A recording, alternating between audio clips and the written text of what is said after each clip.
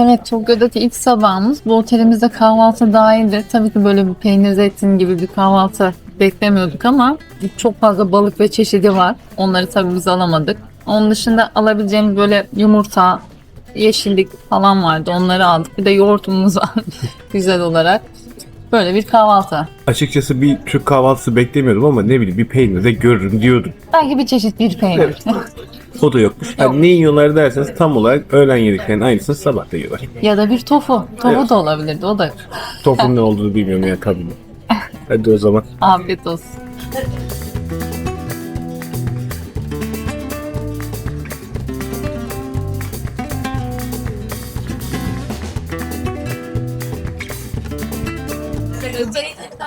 Shibuya'da bu bant sushiciler var. Oraya geldik. Adı Ubeya. Değil mi? Doğru söylüyorum. Ubeyi yazarız ya. Şimdi buradan siparişler vereceğiz. Önümüzde ekranlar var. Yemeklerimiz geldikçe önümüzden bant şeklinde geçecek. Biz de alacağız, onları yiyeceğiz. Onun dışında burada böyle bir de şey var. Bardaklar var. Bardağı alıyorsunuz. Matcha tozu da var. Kendi çayınızı yapıyorsunuz. Ya zaten bu hani Japonya'da her gittiğimiz yerde, özellikle geleneksel yerlerde falan öncelikle böyle bir çay getiriyorlar size. Ondan sonrasında Gidiyor. yemeğinize Könübün. yemeğinize devam ediyorsunuz. Bak- Şimdi Hadi yapsana bize bir maça. yapayım. Ne kadar koyacağım acaba Valla- buna? Göz kararı biliyorsun. Neyse maça çok koymuyor zaten. Azıcık biraz koydum. Sonra burada suyumuz var. A few moments later. Al sana kaşık. Koydum. Kaşığımıza da karıştırıyoruz. Böyle birazcık yumuşatıyor boğazı falan, iyi o. Tabii canım biz zaten biliyorsunuz hep maçayla Daha yumuşak. sonra Türkiye'de ne yapacağım bilmiyorum. Yemekleri de burada elinizdeki ekrandan böyle seçiyorsunuz.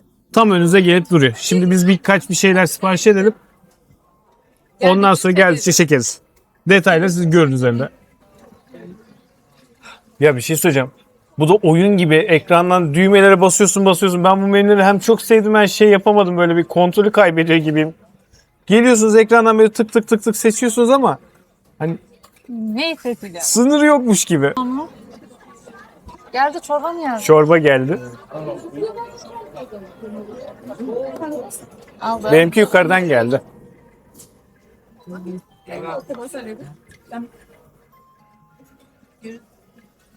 Besin mi buna? O da benimki değil mi? Sen O benimkidir. Ha, sen verdin mi suşi? Anam düşürüyordum. Sen başka bir şey söyledin mi? Söyledim. Ama gelince söylüyor zaten. Ha, evet. Aa, komik sistem. Bir de heyecan yaptım geliyor deyince.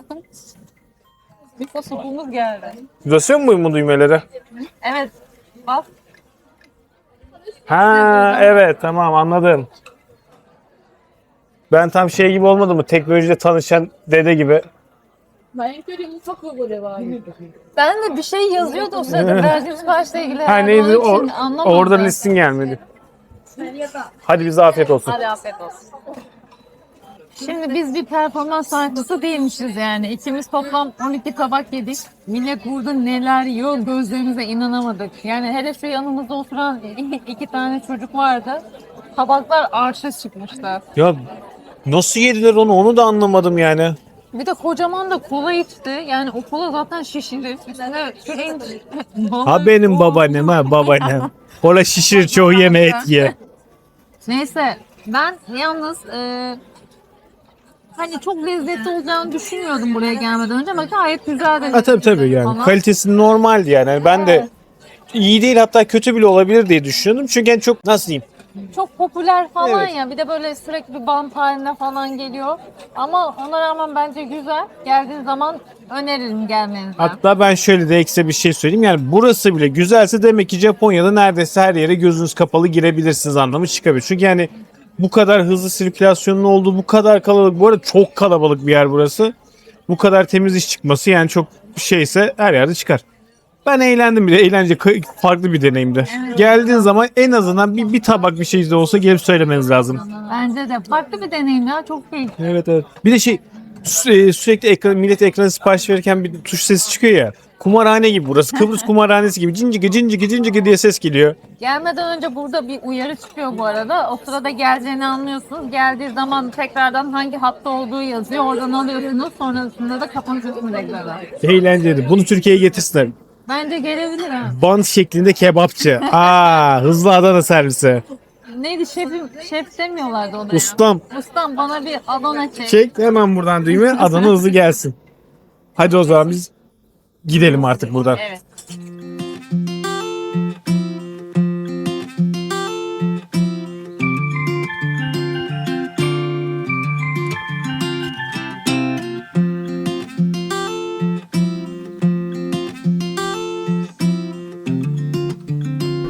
Sensoji Tapınağı'na giderken böyle bir pazar yerinden geçiyorsunuz. Neydi adı? Yazıyorum adını. Çünkü Japonca yazıyor şu an kopya çektiğim yerde. Yol boyunca hem hediyelik eşya hem böyle yeme içme için yerler var. Bir de böyle şeylerle, yapraklarla falan süslemişler. Gayet keyifli bir yol. Yani bu ara sokakları bir sürü böyle sokakları dağılıyor. Böyle özellikle geleneksel şeylerin alışverişi için güzel bir adres. Evet, biz de birkaç bir şey aldık buradan. Geldiğiniz zaman siz de bu güzel yoldan geçeceksiniz.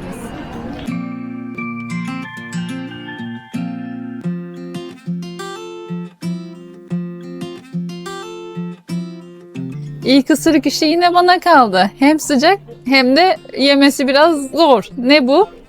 Wagyu rice. Pirinçin içerisine wagyu eti koymuşlar. Biraz da soslu bir şey. Ya Allah, bismillah. Bilmiyorum nasıl yiyeceğim. Kötü görüntüler için şimdiden özür diliyorum. Çok sıcak gerçekten. Yiyemiyorum.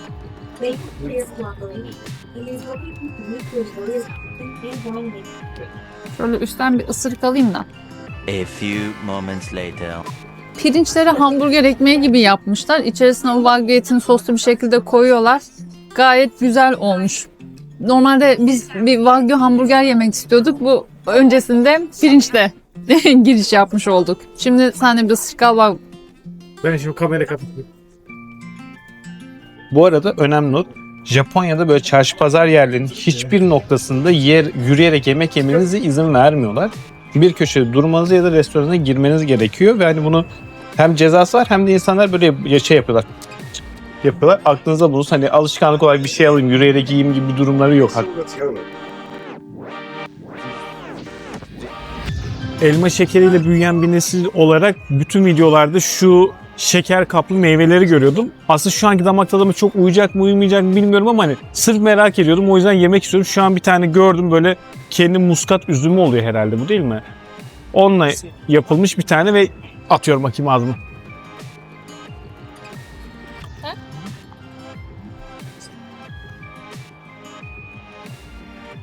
Güzel ya bu. Bu yenilir valla. Lezzetli, içindeki üzüm de çok taze. O kadar da sert değil, bazı bölgede sert.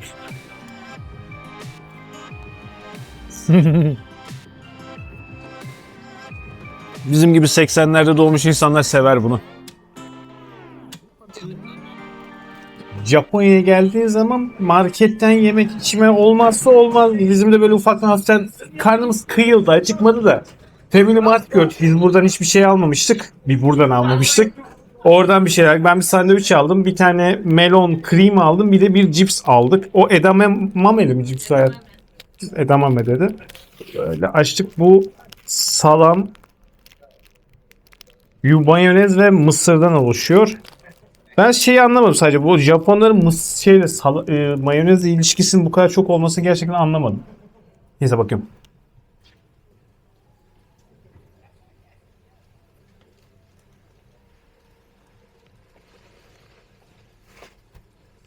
Mayonez harici çok da hani özel bir şey yok ama lezzetli. Şöyle bir güllerinizi hemen ısıtacağım. Baharatlı falan bir mayonez var. Karabiber falan var. Güzel yani. Bence güzelmiş ya. Bunu 2 dakika güllerinize veriyorum.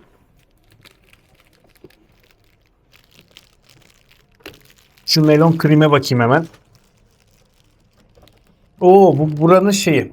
Kendi bir yeşil bir kavunu var buranın. Onunla yapılıyor. Ben üstündeki maça zannettim. Hayır. Her şeyde İçi de maça şöyle, olduğu için. içi şöyle krema var. Koktu yalnız. Çok lezzetli. Bayağı Ba- tavuk. Bayağı kavun yani. Bu çok lezzetli. Bu benim bir şeyde Seven Eleven'da aldığım melon pana benzemiyor. Bu bayağı krema dolu. Nedir? Puanım buna 8, ona 7,5. Devam edelim. Japonya'da benim en sevdiğim şey şu oldu. Ya uygulamalar var. Mobil üzerinden sipariş veriyorsunuz. Ya da işte böyle masada ekranlar falan var. Oradan sipariş veriyorsun. Hani garsona bir şey sipariş vermeye çalışırken gördü mü, görmedi mi, çağırdı mı, geldi mi, gelmedi mi, göz teması kurma şikayetleri falan yok. Siparişinizi veriyorsunuz. O ekranlarına düşüyor. Ondan sonra getiriyorlar. Hepsi bu kadar. Bu benim çok hoşuma gitti. Bir de gerçekten fiyatlar yine uygun kalıyor. Ya biz hep bunu tabii kendi ülkemizle karşılaştırıyoruz ama hani böyle büyük alkollü, yüksek alkollü bir kokteyle işte bir karaf şarap diyelim ve işte ortaya birkaç tane atıştırmalık şu an daha 1.000 lira etmedi verdiğimiz siparişler. Ve sözlerim bu kadar. Herkes anlamıştır herhalde. Bu arada alkol sağlığa zararlıdır. Tabii. Onu yasal uyarıyı bulunalım.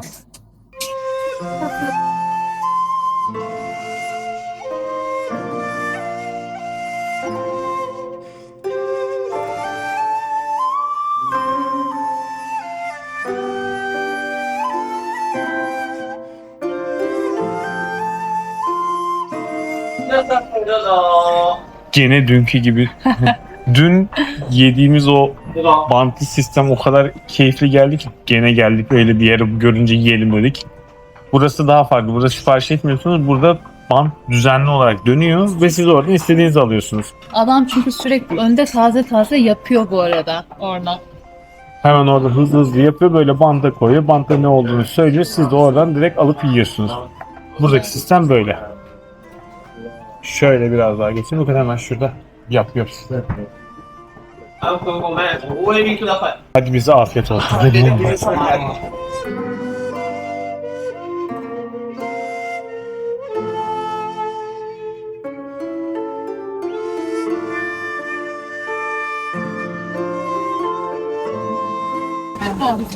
Shogun Burger'e geldik. Burası Japonya'nın en iyi Wagyu burgeri yapan yerlerinden bir tanesi. Tabii Wagyu burger olduğu için fiyatlar bir tık üstte oluyor.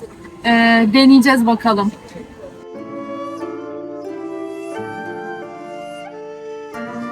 Çok kalabalıktı. İçeride açıp çekemedik açıkçası. İnanılmaz dar bir alandı. Lezzetliydi, güzeldi, çok yağlıydı ama hani böyle çok yapacak falan bir etki değil yani. Wagyu etinde aldığım o şeyi nasıl diyeyim mutluluğu hamburgerinde aldım diyemem yani. Kötü bir hamburger yemedik Kesinlikle. ama Çok güzel bir hamburgerdi. Sadece ben nedense Wagyu etinden dolayı daha güzel olacağını düşünüyorum. artık beklentiler çok yükseldi. Evet. O yüzden bence. Yoksa gayet güzel. Bu arada Türkiye hani TL'ye çevirdiğimizde yine de çok büyük bir para etmiyor. Evet, hesap edince böyle 1500 liralara falan tekabül ediyor iki kişi. Hani bir alkollü içecek dahil alkol sağlığa zararlıdır. Onunla ortalama işte Türkiye'de böyle iyi hamburger yapan yerlerle kıyasla birleştirdiğiniz zaman onların da fiyatları neredeyse iki kişilik Yani. fiyata geliyor bu arada. Yani özel bir yüksek fiyat yoktur. O yüzden hamburger yemek istiyorsanız gelip yiyebilirsiniz. Bence bu arada kesinlikle deneyin. Çünkü ömrünüz boyunca ne zaman Wagyu burger yersiniz? Babasının evinde.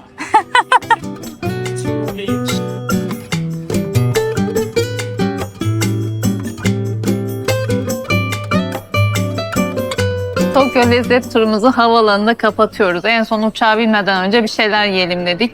Öncelikle şundan başlamak istiyorum. Gerçekten sadece bizim ülkemizin havalimanı pahalıymış gibi geliyor. Yani 2 bira, işte tempura, karides ve şurada karışık bir şey, et galiba içindeki.